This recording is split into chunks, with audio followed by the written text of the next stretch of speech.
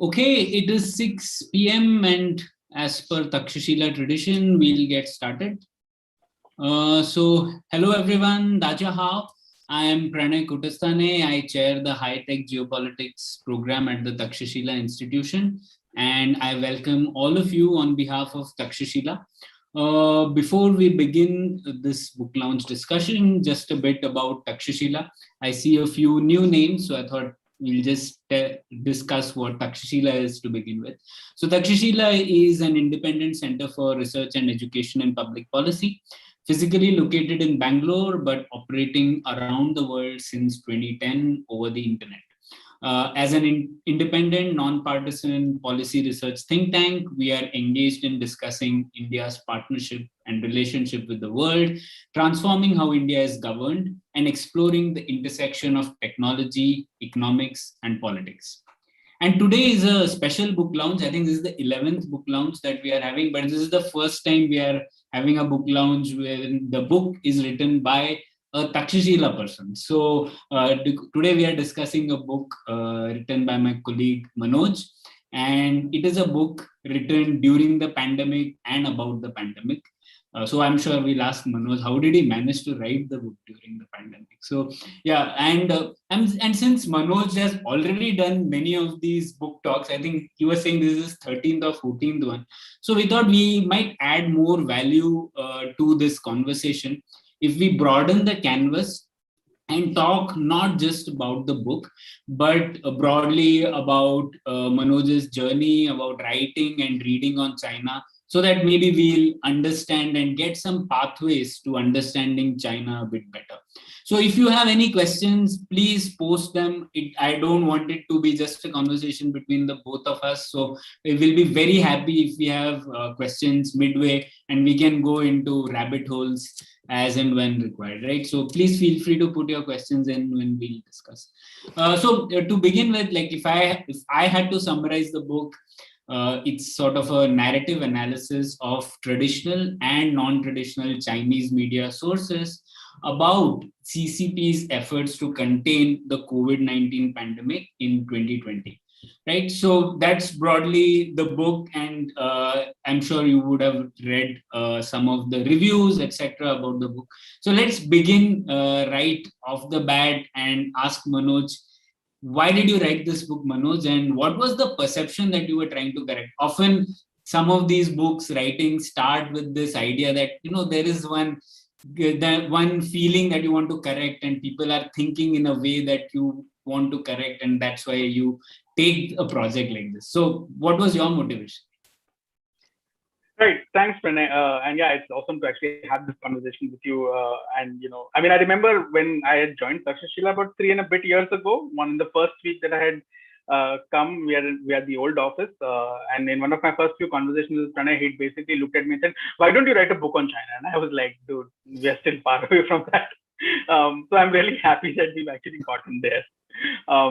Now, what was the motivation? I mean, I think that initially it was just a case of something really fascinating was taking place. And something really exciting was taking place before us. I was tracking this space. I'd been tracking this space of what's happening in China for the last 3-4 years religiously with the newsletter and with the research work that I was doing. And I was just observing what was happening. And I felt that this was an interesting moment to put together so many of the different strands of thought that I'd had with regard to Chinese foreign policy, domestic politics, media, and put that together using the pandemic as a case study. Because it was just, and it was, and as you said, I wrote it while things were still unfolding. And I think if you read the book, you see that actually playing out, because actually I'm sort of going as things are unfolding.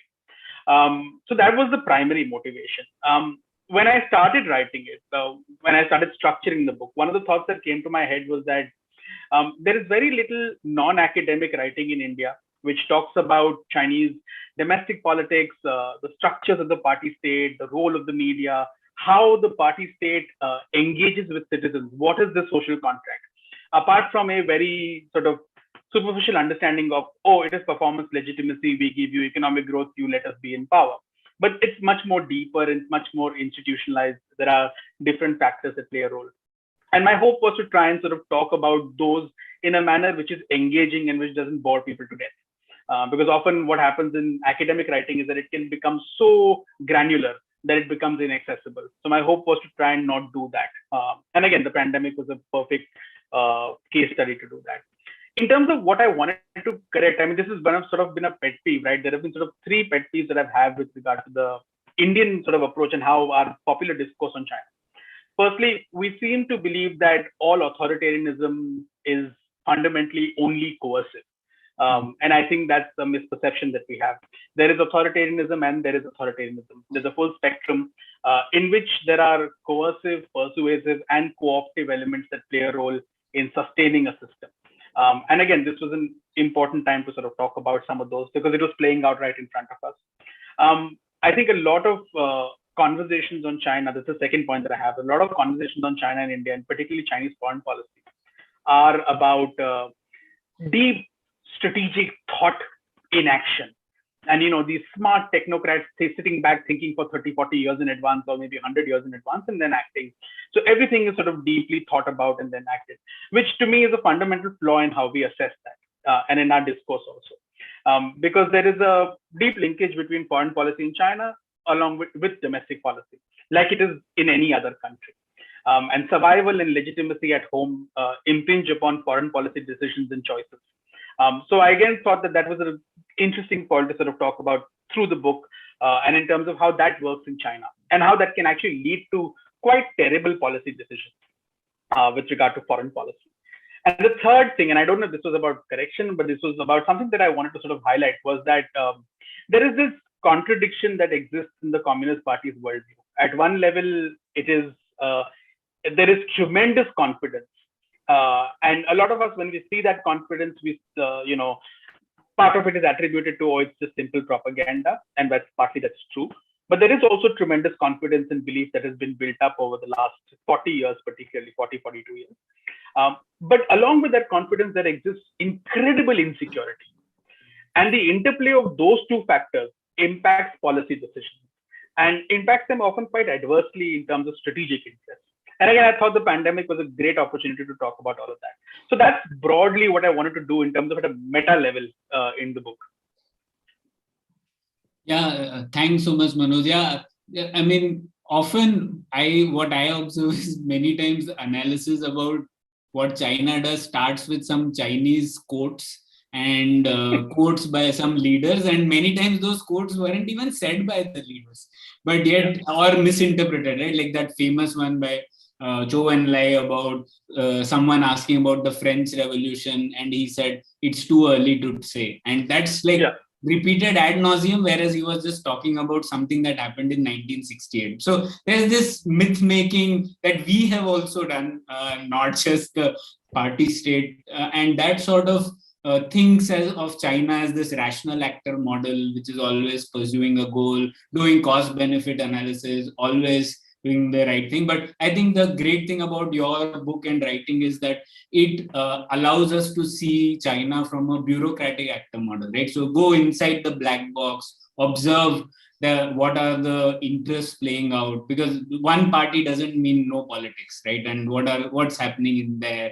So that's the fascinating part of reading something like this. So let me come to not just the book, but a broader question that I have, and many times our GCPP students also ask this. So one, how to overcome the boredom of reading Chinese texts? Okay, so a lot of people have asked me, and even I feel the same, that following China's reportage can be a bit of yawn-inducing.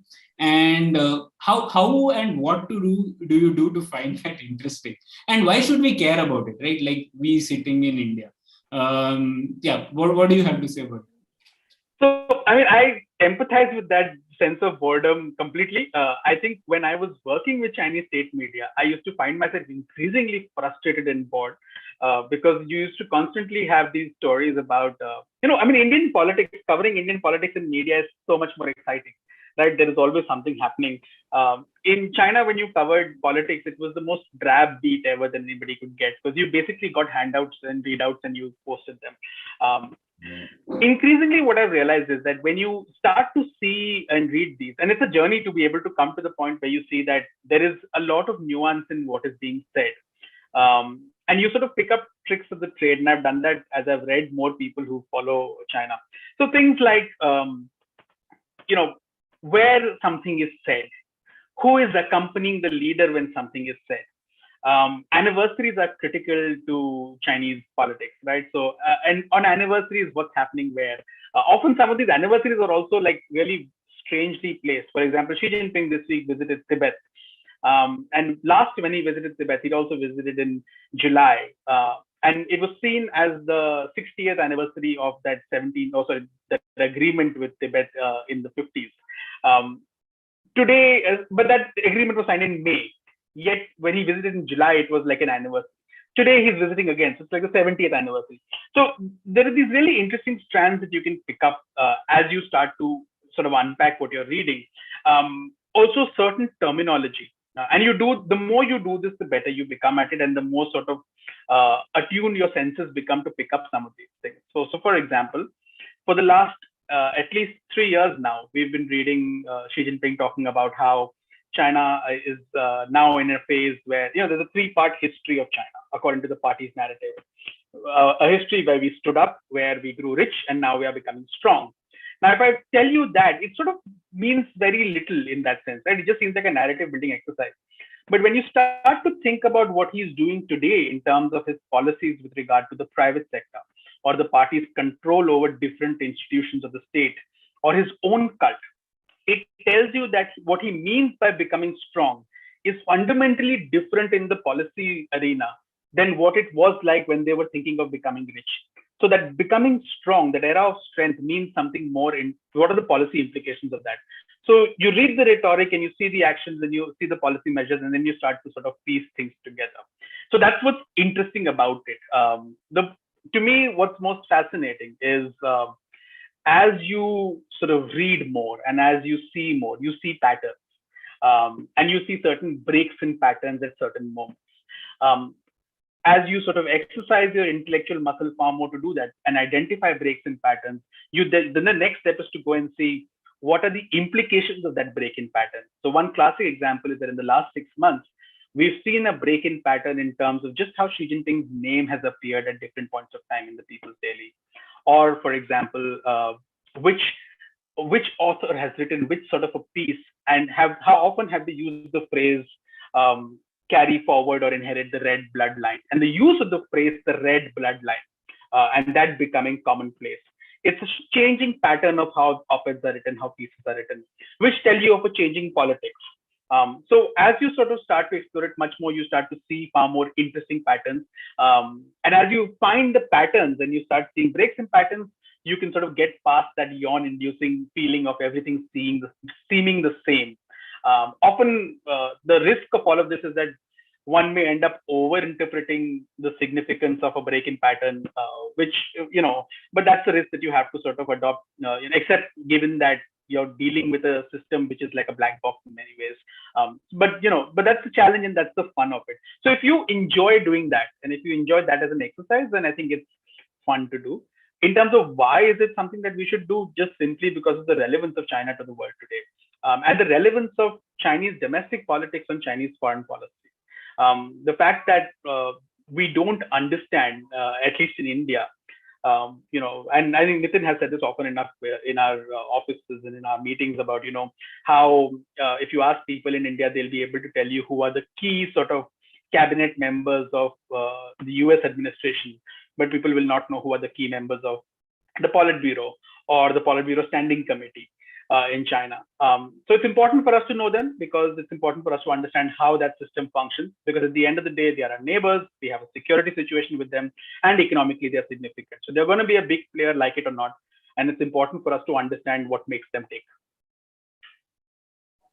Yeah, that's true. And Manoj, I recall one of your talks at the office where you were talking about pseudonyms that people use, and it's there in the book as well. You mentioned it a couple of times. Certain pseudonyms are used for external affairs reportage and things like that. So I think that is itself was quite fascinating. And yeah, absolutely what you were saying. I think there is one thing that we know so little that and we find it so different from, let's say, Pakistan. We know they are people are pretty much like us. We probably understand or claim to think that we understand their motivations. But China seems so different that it might feel so different, and hence we keep it away and not understand it better. So yeah, books like yours and so many other books which are being written now will probably help bridge this gap. Now, next question that I wanted to ask is a journey that both of us have started and we are still in the process, and that's about the language. So, how did you overcome the language barrier, right? And what are some of the tools for translation? And we both know that learning Mandarin is a journey, right? Like we have been doing this for 3-4 years, not nowhere near where we can say we know it. But so what were the tools you used for translations? And if someone here in this group wants to begin looking at a specific aspect of China, really broadly, what would be your advice to them? Where do they start? What translating tools do they use? What do you think? Right. So, like you said, it's a long journey, and it's a long journey at which I'm very dissatisfied with my progress. So there is a lot to do. But some of the things that I've figured out, and I think it's useful. If you go back 10 years ago or 15 years ago, or even further back, I think the job for people who are watching China was much, much harder. Not just because of technology, but also firstly because the system was not putting out as much content in English. Today, it's far more accessible. There's much more content being put out in English. So that first degree of encryption, if one would call it, is the bar is much lower today. So there's much more content that's out there in English, and there's a lot more content with regard to what happens domestically in English. It's not just sort of foreign policy related content. For example, I do that People's Daily Tracker every day, every weekday. And in that, I will always share the People's Daily link to the story, and for most of them, an English report associated. And around 75% of the reports are very similar. There's very little difference. In some cases, there can be a difference, but those differences will be in terms of elaboration of a certain aspect. So, a vice premier must have visited somewhere or maybe gave a speech somewhere. The English version of Chinese media will basically capture the key highlights from the speech. The Chinese version of the story will have a little bit more color, and it'll sort of, the English version will have a little bit more sanitized sort of version, So where he may have said, inherit the red bloodline, the English version will say, carry forward revolutionary ideas. So, you will see those subtle things where in terms of, and that's about what appeals to which sort of category of people, right? Who's reading it, who's the audience also. So but the first thing is that, and for anybody who's sort of getting into this, is that acquaint yourself with the media ecosystem. It's there. It's much more accessible than it used to be 15 years ago. And that's a conscious effort from the part of the Communist Party to try and do that. When I was in CGTN, as part of CGTN, the fact that they wanted to expand their social media presence and social media presence in terms of Twitter, Facebook, and other places, meant that you had to put out more content which was about China. You couldn't just put out simple propaganda. The second thing is that there's a lot of excellent translations available for key documents by different people around the world. So in India, ICS has a translations wing. They do a really good job. CSIS in DC, CSET in US again, which focuses on technology issues. So you get a lot of interesting, I think there's a Stanford Center which does brilliant work. So you get a lot of translations of key documents which are available. So my advice is, for anybody who's looking to get into this space, use your own social media accounts judiciously, curate and create a list of people that you want to follow and whose work you respect and who do some of these things, and follow their work. The less opinionated, the better, but sometimes opinions are not that bad. But yeah, just follow their work and you get a lot of access to a lot of knowledge and information, which again, 10, 12 years ago was not there. The third point that I had in mind was that, you can also look at, say, machine learning tools. And there are really good machine learning tools. So there is the Yandex, there's Soho, there's Google Translate, which is not optimal, but it's not bad. There's DeepL. So you've got a bunch of different tools that you can use. These are obviously not perfect. They're terribly limited. And often the translations, will not be of the quality, but it'll give you a window into understanding what's happening. But to to be able to take that next step, to be able to sort of understand what actually this document means and why it says a certain thing, it's important for you to sort of dip your toes into different areas. So you need to know a little bit about historical relevance of certain terminology, certain language, certain policies. You need to know a little bit about what are the sort of interest groups that are currently involved. Acquaint yourself with the policy ecosystem and the different institutions within the country, and who does what and why in terms of the policy architecture of the Communist Party and the state administration. And then you sort of start to piece together a sense of why something is being done. I mean, I'll give you a simple example. Just today, we had a publication of a new regulation from the State Council, which is the cabinet, a new regulation on slaughtering of pigs and the market for pig meat. If you just read the regulation, what you will end up getting is that they're looking at hygiene, quality, health, and illegal activities and those sorts of things. But if you look, and it doesn't talk anything about the sort of entire economics that's behind it. But if you look at other stories within Chinese media, you start to figure out that, okay, hog farming is a huge business. Farmers have been struggling because of prices and a range of other issues. And this regulation today is essentially about tackling that economic problem as opposed to quality and food safety issues. So you start to sort of then piece together what's going on and why it's going on. And again, if you go back into the history of, bacon in China and the importance of meat, politically, you'll get a whole another sort of story that can be linked to it. So yeah, you need to sort of dip your toes into all of these different areas to be able to understand. Manoj, I thought you will list some Chinese soap operas that people can follow, but you haven't. So I'll move on. Okay, so there are two questions which are quite related to what we discussed. So I'll take them first. Arvind Chandrasekhar asks, given so much of narrative is state dictated coupled with media-led stories, mostly from the Western media, what is required to get a localized, nuanced, probably even tabloid style narrative? So he's asking, how do we understand, how do we parse the media reports coming from there better? And I think it ties into our next question as well. Like, how do we give us an idea of the media environment in China, right? So for example, now in India, we know that Twitter often sets the news cycle for traditional media, right? When we see something happens in Twitter, it goes into traditional media. So what's it like in China? And what would you find any day in a newspaper broadly?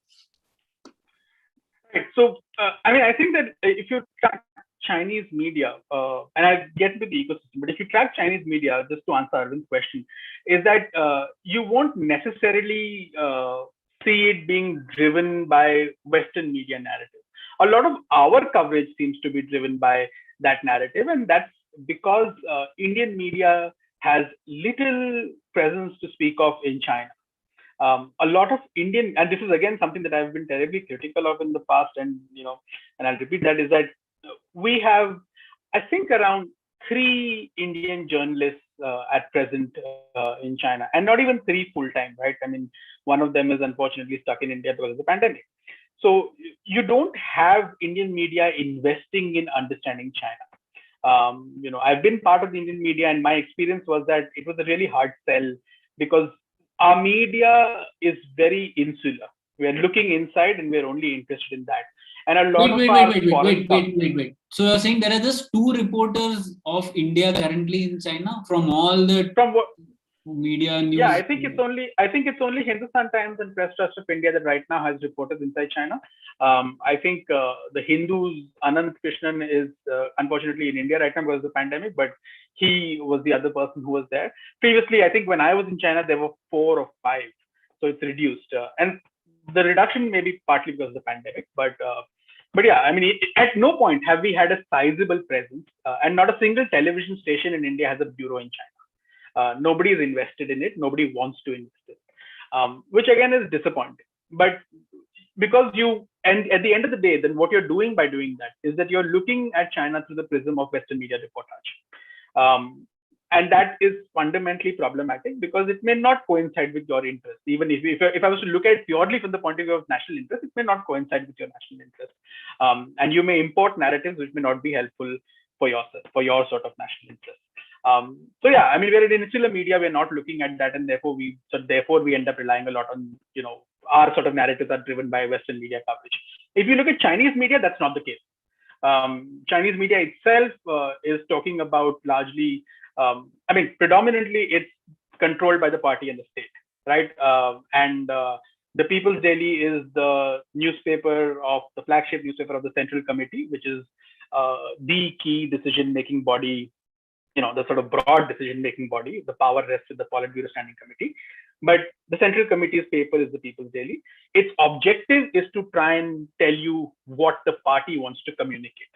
So if you look at the paper on any given day, for the last 2-3 days, we've had floods in Henan. At no day, if you think of an Indian paper, right? If Bombay was flooded or Bangalore was flooded, like horribly, like what was happening in Henan, and touch wood, that doesn't happen. But if something like that was to happen, it would be front page news. Death toll would be front page news. You would be having information about people's stories, how people are struggling, how people are in requirement for the state to sort of come and fulfill its responsibilities. In China, you had no front page coverage of that. It's briefly been mentioned on one day, but it's no front page coverage in the People's Daily, which is the flagship newspaper of the party.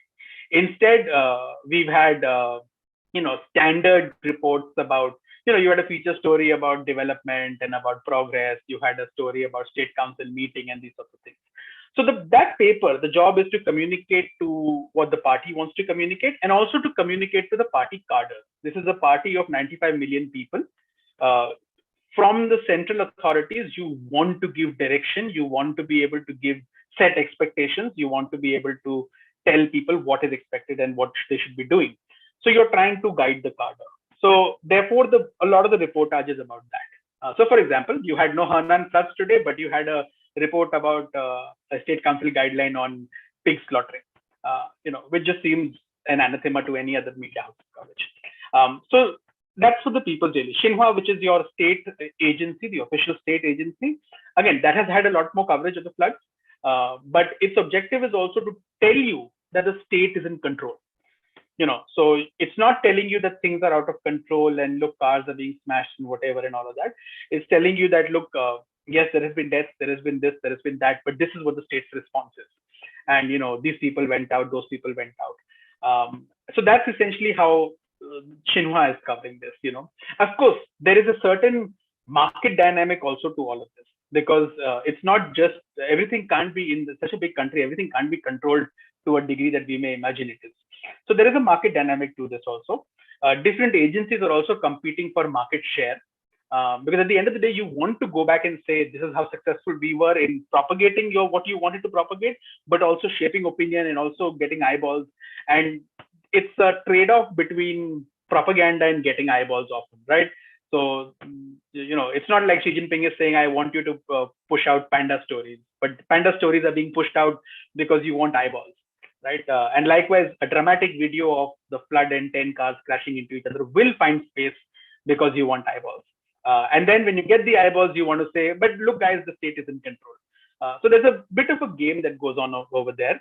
But in that quest between eyeballs to propaganda, eventually propaganda will win. So therefore, you will see twists and turns in Chinese media in terms of how it will cover things. If you look at what happened during Doklam, and if anybody remembers, there was a video put out by a Xinhua group called Xinhua Spark, which was a racist video where they caricatured, an Indian Sikh man and all of that. And a lot of Indian response to that was like, oh, this is directed from the top. To me, I would never look at it that way. I would look at it and say, this is market dynamics. You want to do something which is cool, which is trendy, but within the boundaries that doesn't offend your authorities. The external implications of it are not what you're bothered about. So that's one example of how sort of the market also plays a role.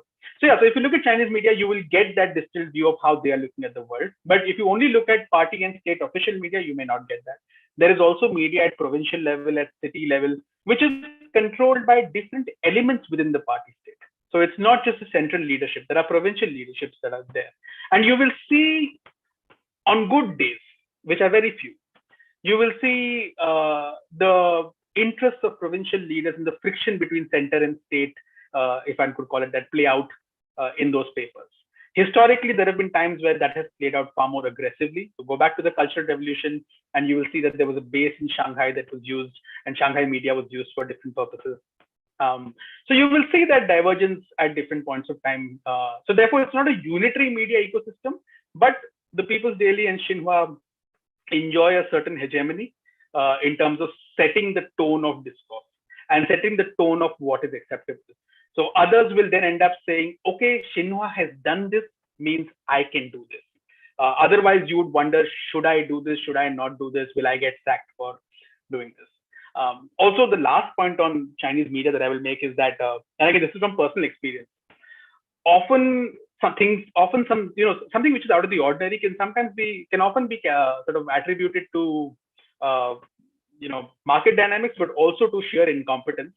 And I think often we make incompetence, we sort of attribute strategy to incompetence. And an example of that is while I was working for CGTN, Xi Jinping had just assumed power.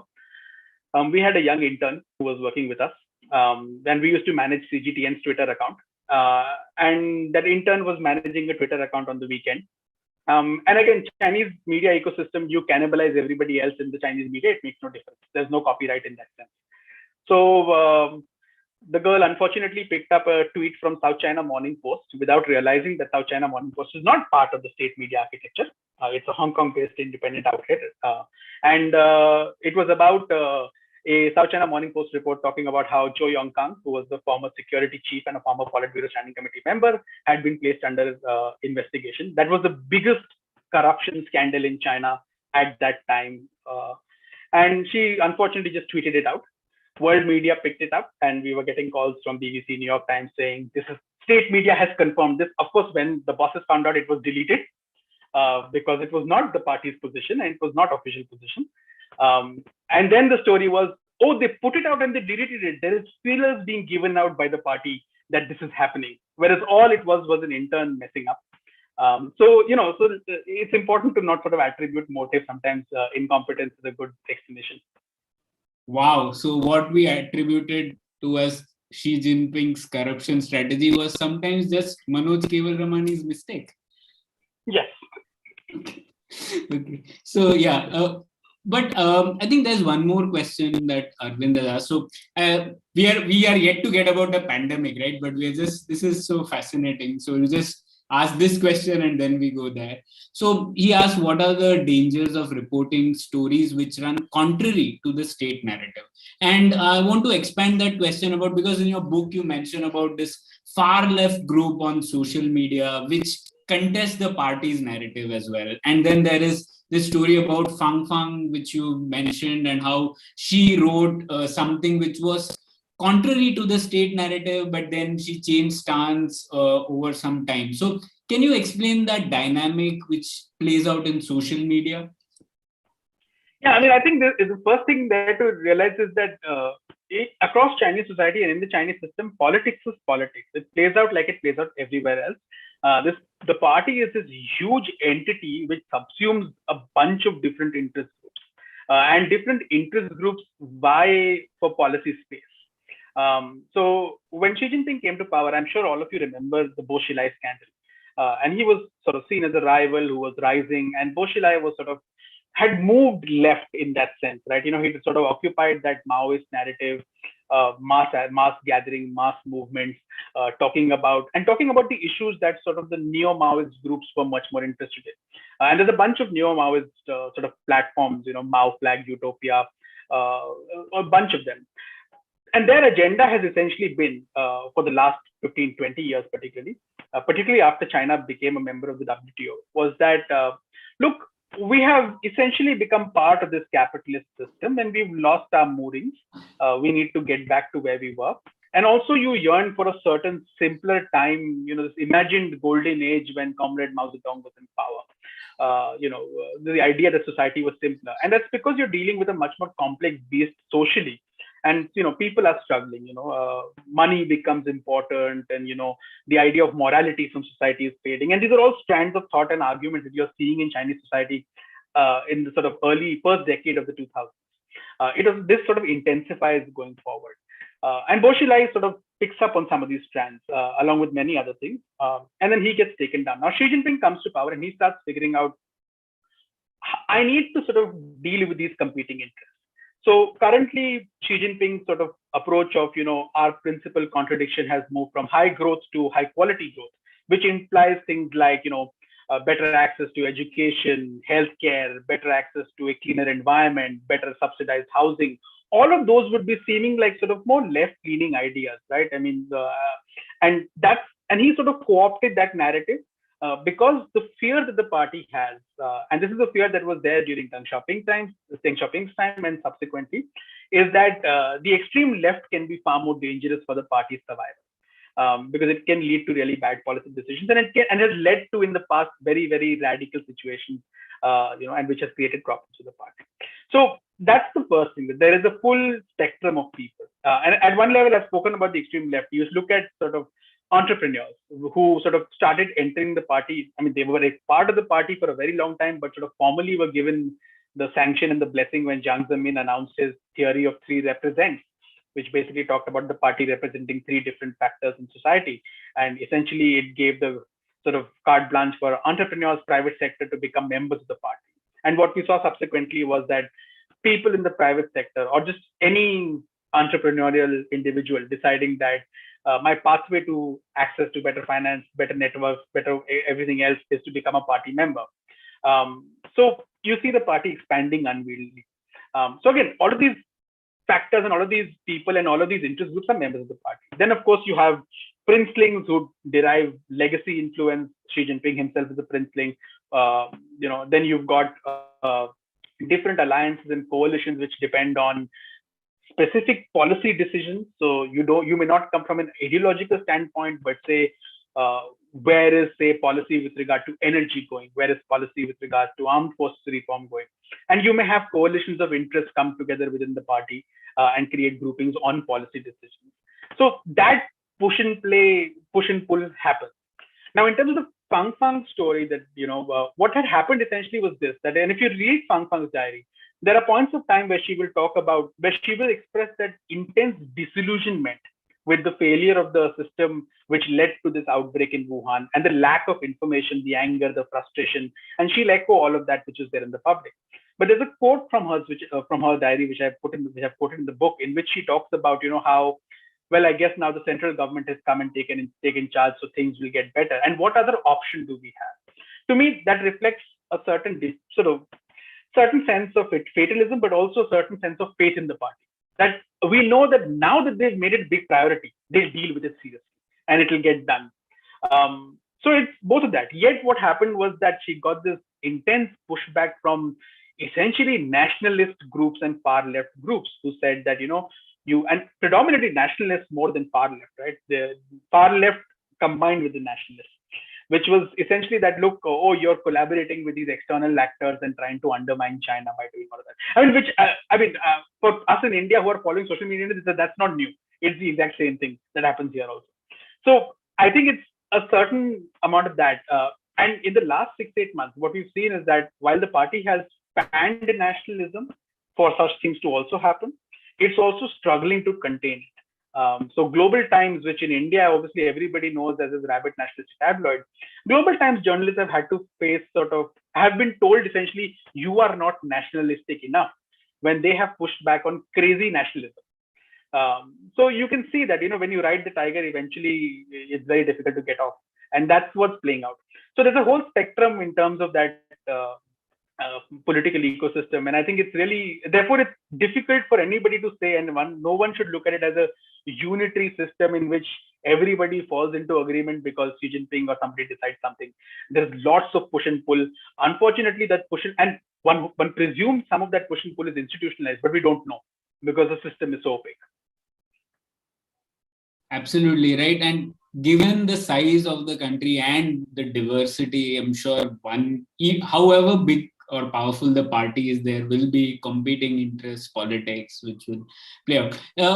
Before we go, really quick answer to Salil's question. He wants to follow the health tech and pharma industry. would the sources you mentioned have translated information, or are there specific places you will quickly recommend to him? So in terms of health tech and pharma industry, there will be specific. I don't follow the sector specifically, but I mean, you look at business publications in China that will have information on it. English, the immediate one that comes to my mind is Tyson. You should follow that. They will give you information on health tech and pharma sector, broad news.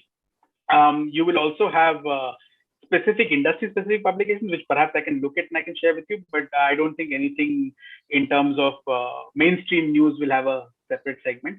But look at the government agencies associated with it. They may not have all the information in English, but you can always grab the information and get it translated, because they do put out all policy documents that are eventual policy in the public domain. And increasingly, they do also put out legislation which is out for public opinion share, for inviting public opinion in the public domain. So everything is actually available in the public domain. What's not available is how they got to that stage and which were the interest groups that got it to that stage. But the actual documents can be available. So if you follow the official agencies, you'll get them. Cool. Yeah. So I hope Salil, now you will write papers on that.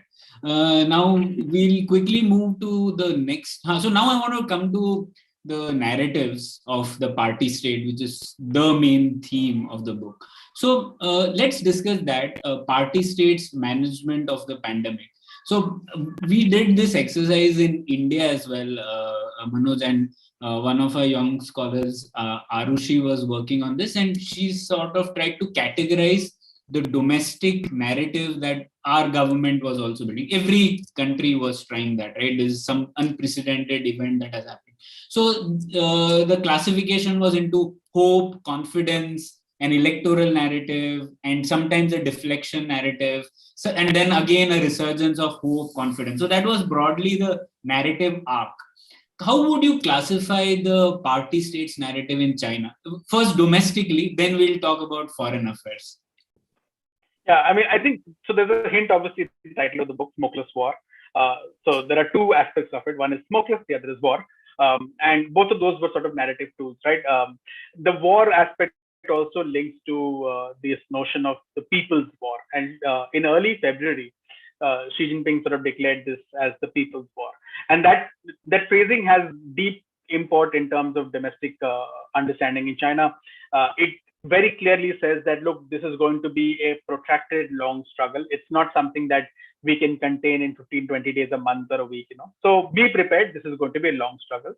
Secondly, it's going to be an all-encompassing struggle. So, you will need all hands on deck, not just in terms of society, but also for the elites, telling them that this is not a moment for you to grumble. And you need to fall in line, because if you do grumble, there will be extraordinary action taken against you. And that was eventually done. So this was in February. February, so 2 months after the pandemic had broken out from Wuhan. Yeah. Yeah. So this is so Wuhan was shut down on the 21st, if I'm correct, 21st or 21st, I think. Yeah. And this is on, I think, February 4th, if I'm correct, 1st or 4th of February. I can't remember the exact date. But he makes the statement and then it gets repeated. So it's about, and in that period, those 10, 12 days before Wuhan is shut down, after the shutdown and before this happens, and even before that, there's actually a lot of discussion on social media, which is permitted. People are like sort of going hammer and tongs in terms of their criticism and expressing all the angst and anger and the desperation that we've sort of probably experienced in late April and May in India. So if you think of what we experienced on social media in late April and May in India, just transpose that in terms of what was going on in Wuhan at that point of time, and you can understand the anxiety. And the party state let that anxiety play out on social media in many ways. Now, some would say that they didn't have a handle on it. They would have curbed it if they could. Some would say that they allowed it to play out. Some would say that maybe it was Chinese New Year and the censors were on a break. Who knows? But my sense is that they said that this is a good time to let the pressure be released on the walls, and while you also gather information as to what's happening on the ground. But the idea of the people's war was they told you that this is the moment where the party is now, and the central leadership now is very clear that they've gotten a hang of the situation. and they know what they're going to do. They've got policy clarity, and they're hoping that what they do will work. The other sort of aspect was, and this you saw in the white paper that they issued, they said, this was unprecedented. And if you read that white paper and the narrative that it sets, and parts of it I quote in the book, where they talk about, how while we were preparing for our New Year's feast, this unknown sort of enemy creeped up and sort of attacked us. It's a narrative of something which was unprecedented and unknown, where you couldn't have done anything, which again sort of is very different from the fact that we know that there was clear information available in late December and January as to something was brewing. But that's not the narrative that they're selling. The third thing was that you're selling positive stories. Again, in February, at a certain point of time, the central leadership decides that we're going to send about 300 journalists to Wuhan and Hubei to go and tell positive stories. And again, you can see parallels when in India we talk about spread positivity. This was the same thing where you're saying, go and talk about positive stories. And these positive stories need to be about co-opting people. So they're not just positive stories saying, look, Xi Jinping is doing these wonderful things. It's also telling people's stories, but from a positive point of view. So the idea of, this was people fighting this unknown enemy and all of that, and how people sort of stepped up in times of need. I mean, akin to the idea of Corona warriors in India. Exactly the same thing. You sell that narrative because, and it's not a false narrative, that's actually happening. People are doing extraordinary things.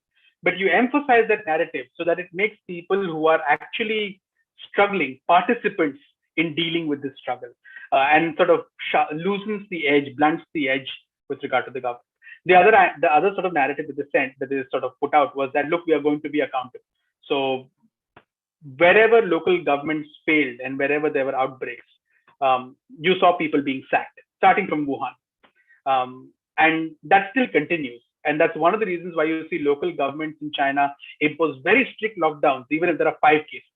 An entire city will be tested. Right now, Nanjing is being tested for a very small outbreak. When you think of from an Indian point of view, a very, very small outbreak of 7 airport workers being found testing positive, and you're starting shutting down the city and you're saying, I'm going to test everybody, or test about 7, 8, 10 million people. And that's because at local level, you're fearing accountability. And that's, again, a narrative that the party has used. Efficiency was a narrative. Again, if you remember, there were 2 hospitals that were built, more than 2, but the first 2 that were being built, Huoshanshan and Leishanshan. Those hospitals, their building process was being live streamed. So it's a live demonstration for you of the efficiency of the Chinese state in responding to this crisis. And the last thing, of course, was comparison with the West. And I need to say little about that. I mean, just pointing to Donald Trump and saying, look, unscientific, uncaring, but look at us. We've controlled it and we've cared for you. So all of those were sort of things that were sold domestically. Right. Thanks. And I think narrative is equated with falseness in common discourse, but in public policy, narrative means something specific. And you've mentioned Deborah Stone's policy paradox and a framework which is built. So that was very interesting because often knowledge generation happens at the intersection of these disciplines. So so anyone's interested in that, you can look up. We teach this as part of our GCPP course as well. So that sort of is used by Manoj in the book. So I found it very interesting. The second one, Manoj, and this is sort of related question. So in democracies, we often saw that governments sometimes use this spell of deflection as well as a narrative, right? Like, look, we are trying what we are doing, but you are to blame. You didn't wear mask, you didn't get vaccinated or whatever, right? Across the world. But I want to ask you, is that deflection narrative possible in an authoritarian regime like China's? Because if you're continuously saying that you are to blame, maybe do they fear that people will actually respond to it and their power is in threat? So what was that like? Yeah, no, I think it's very difficult to do that in authoritarian states, because at the end of the day, when you do that, you are acknowledging that you don't have sufficient power. And that, I don't think, is something that most authoritarian states would want to acknowledge publicly. Irrespective of your lack of capacity, you would want to project great capacity. So you would never want to go out and say that I don't have the capacity or the authority or the power to keep you inside your house. or stop you from moving out. So it's very difficult to do that. But what sort of deflection is possible is in terms of pointing to quote unquote foreign devils, and people outside who are trying to create troubles and whatever. And part of that they did domestically, right? When as much as Pompeo and Trump peddled the idea of very half-baked notions of lab leak, or bio warfare and all of that, the Chinese also peddled a lot of that, much earlier than actually it became public knowledge. So in late January and February, there was already conversation on social media about maybe this is the Americans doing. It's only that in March 2020, Zhao Lijian brought it out publicly. But before that, it was already brewing. So it's not something that they cooked up one day. So they also did that sort of stuff, that disinformation, and it continues even today. Even today, you see a lot of, the moment this origin discussion comes up, you see Chinese media immediately sort of go to, oh, this is just because the West wants to deflect because they've messed it up, and they want to blame us. They're very annoyed right now about Bloomberg's resilience index, which puts the US at the top. So every day we see some criticism of the fact that this is them. They're just satisfying themselves. We've done far better, and the ground is short. So you do that, but deflection to the point of deflecting blame on the people is very difficult, because that is an acknowledgement that you don't have sufficient power over people, and authoritarian states won't do that. All right, so I have many questions, but I'll just take a few from our audience. So Arpita asks one question, which often gets raised, so good to address it. Can there be an Arab Spring movement in China? Yeah, I'm very skeptical of that. Look, I think that there has been, if you mean by an Arab Spring movement in terms of people saying that we want democracy, or anything akin to sort of individual freedom and freedom of speech and expression and all that, or Western style governance, I don't think we are anywhere close to something like that. The party has used the pandemic, used performance legitimacy, used historical legitimacy, used nationalism, and all of that to bring them in a position where they have a reasonably high approval rating. In China, people are satisfied. That doesn't mean that there isn't grumbling and there isn't anger, but generally it's not like there is mass discontent with the party and how it's functioning. The other thing is that the party sort of fine-tuned its ability to control public discourse, and to be able to define boundaries of public discourse and crack down with hard measures when needed, whether that's actually imprisoning people or whether that's censorship.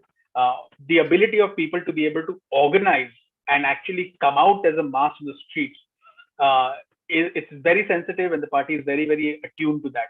So it's very difficult for that to actually happen. Even when the Arab Spring was happening, there was this talk of a revolution. I think it was a Jasmine revolution in China, and there was intense paranoia in the party at that point of time. Yet what you saw was that there were about 5 or 7 people who gathered outside at Tiananmen Square, despite all that paranoia. So I find it very difficult that something like that will happen, because they've done well to control, but they've also done well to shape a sense of legitimacy. Awesome. So next question, we were talking about the narrative arc in Chinese domestic politics. Now tell us about the narrative arcs in international politics that the party state was trying to portray, especially because we heard a lot about wolf warrior diplomacy over the last year. So what were the narratives in the international domain? Yeah, they use the international narrative essentially to, external validation is very important for legitimacy back at home. So you've used that for partly to generate legitimacy at home, and you've sort of ended up getting yourself caught in this horrible cycle, because you partly feel that you're being boxed in.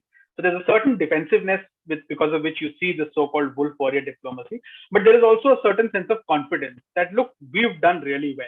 And we are a big power, so we don't need to, bow down or listen to anybody else. We need to be treated on equal footing. And if you don't treat us on equal footing, we will push back. And both those sort of elements are playing out. In terms of what they sort of spoke about in the last year, firstly, they began with this idea of sacrifice. Which other government would have sacrificed a city and a province to save the world? And you saw that constantly being repeated, right? That we sacrificed a province to save the world. And that was in direct contradiction to the narrative that came out from the West, which was about, oh, you allowed 500,000 people to travel outside Wuhan before you actually shut it down. And again, grains of truth in both of that. It was obviously at that point of time a really significant decision to shut down such a city and things like that. And I remember when we were in office discussing that, it was unprecedented. We were all quite sort of surprised that they did that. But of course, they also delayed it so long that it created problems. The other sort of narrative was around the origins that I've talked about, the disinformation around the origin. And this continued throughout, initially about, American labs, but then about, oh, look, a study says in Italy, it originated in March, 2020, March 2019. In France, there was this study, and you sort of pushed a lot of that as much as you could find it. At the same time, you've also sort of looked at Western coverage and said, and conflated any legitimate issues of racism in the West with with an attack on China. And you said, oh, you're attacking China because you're racist. So magazine covers in the West were seen as racist because they were attacking China. And you conflated what were very legitimate concerns of racism in the West with attacking China. So that's what they sort of did very smartly. They also sort of peddled this narrative of how people in the West and governments in the West, particularly, are fundamentally don't care about general population. So in the Chinese embassy in France was particularly brutal in doing this, where it sort of spoke about how nurses in France are letting people die just because they don't care. And that's the Western system, that's their morality. Whereas look at us, our nurses have gone and shaved their heads because they need to work in this environment. And there was an image of a nurse who's, shaved her head bald, crying because she has to work in the environment, sold at home. So you're juxtaposing this outside and at home. The other thing was that you said, and as China gotten control of the virus, particularly in early March, you started seeing this idea of, okay, now we are this responsible major power. We are supplying all these goods and we're doing it out of sheer benevolence. Whereas obviously they were charging people, these were commercial deals predominantly. And you tried to sell that narrative. This is our responsibility as a major power, that we are fulfilling it. And therefore we deserve the kind of respect that a major power this should be getting.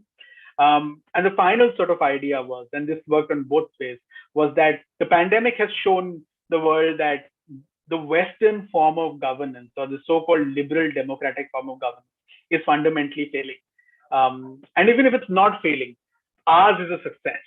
And this opens a pathway for other countries to look at other forms of governance, and you don't need to follow the Western model. So that's again a thing that they've been sort of pushing outside. And sort of in tangible ways, how this plays out is that you see the challenge with regard to human rights. China has become far more aggressive in contesting Western notions of human rights or universal notions of human rights. Awesome. So we have 3 minutes. Let me take another question by Arjun. The other questions are by people whom we know and who are at our office. So guys, please ask Manoj directly. Okay. So Arjun asks, how has the pandemic impacted BRI and what do you see happening there? Yeah, hey, thanks, Arjun. So Arjun, I wrote a paper about BRI and the pandemic last year. I can share it with you if you just drop me a line on the email. But essentially, this was a nutshell argument that, in terms of infrastructure projects, yes, the pandemic did impact BRI. It, lots of things got halted, but that's picked up pace again. In terms of funding, it, I think, provided an opportunity for Chinese state institutions who are funding BRI projects a moment to take corrective measures, because a lot of the funding was very wasteful and it was anyway reducing. So they've taken this as an opportunity to try and see if they can rationalize some of the boondoggle investments that they were making. But in terms of sort of other areas of BRI, and don't think of BRI just as infrastructure and physical connectivity. It's also policy connectivity, it's policy coordination, it's institutional connectivity with different entities, people-to-people connectivity.